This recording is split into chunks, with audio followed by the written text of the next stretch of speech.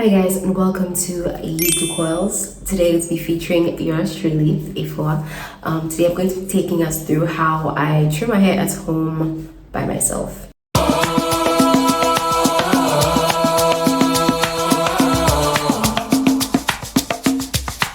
So I'm starting on freshly washed hair that has been braided. I think I washed it about 2 days ago, and this is just to ensure that I'm stretching it without using heat, because too much heat is bad. We know that already. Now for the division, what I did was my braids were quite big, so I did about 2 braids from ear to ear. So what you see here are 2 parts that's wearing braids that I'm just removing. Before you start, you want to ensure that your hair is stretched so that you don't run into knots, and if it's stretched, it just means that you're going to be able to cut as accurately as possible. So on the left hand side, I comb out my hair to ensure that it's straight, and do the same for the right hand side.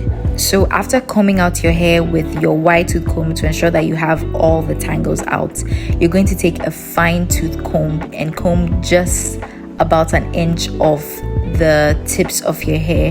Now this is to ensure that you are making that part as smooth as possible, and it also helps you hear the parts that are struggling. And this has always helped me to ensure that as I'm pulling, because as you're pulling, you literally hear that there's resistance, and when you feel resistance, you know that okay, this part does have some tangles that need to be cut.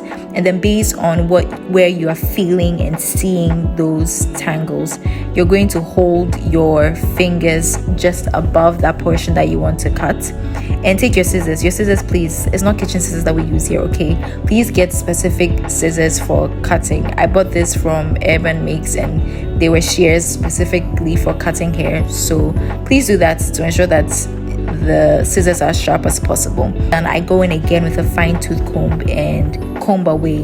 When you've cut this portion, you realize that there's less resistance. Now if you realize that you need to go in again and cut because you're still hearing some portions that are resisting, feel free to cut. But you will notice that I'm doing the exact same thing on the other side, where I take the fine tooth comb, I comb to feel for resistance, I examine to look at where my hair is struggling, and then using my fingers, I stretch my hair and hold it with my 2 fingers, my index and my middle finger, to secure my hair, and then I just cut where that partition is again. Now because I want to ensure that there's as much symmetry as possible, I stretch out both sides and bring it down to my chest to ensure that they are about the same length.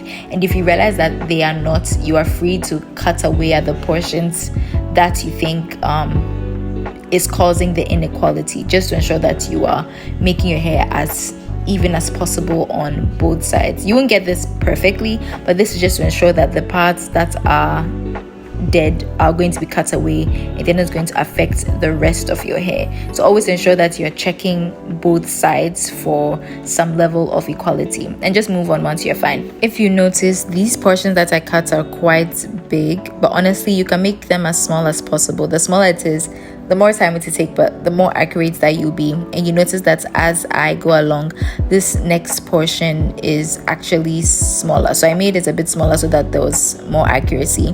And I try to ensure that my left and my right side are getting the same level of attention. And in this case, as I was trying to do the process of using the wide tooth comb to make sure that all the tangles are out, and then using the fine tooth comb at the end to ensure that I'm hearing the struggling sides, I put both sides together to measure the level of equality. And when I realize that the lengths aren't the same, I snip away so that they are about the same. We're not looking for perfection, we're just looking for functionality over here, to ensure that all the ends that are dead again have gone away, because they're not going to resurrect again. So just cut it away, girl. Just do it. Cut it.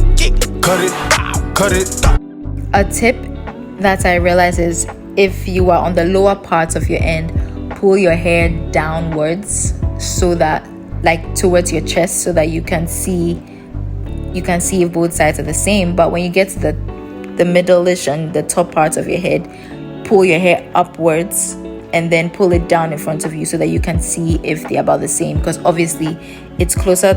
If you were cutting your hair at a salon, they would stretch it above, like they'll pull it up towards the sky, but you don't have the ability to do that. So pull it up and then bring it down so that you can try and get the same length on both sides. When it comes to trimming your hair, honestly, it's on a very individual basis. I realized that 6 months is actually too long for me. I need to be trimming my hair like every 4 months. You need to gauge, and as time goes on, you gauge and realize that, okay, the longer I leave it, it causes more problems. But when I trim my hair in a shorter period, then my ends are stronger. Okay, so now we're done trimming our hair.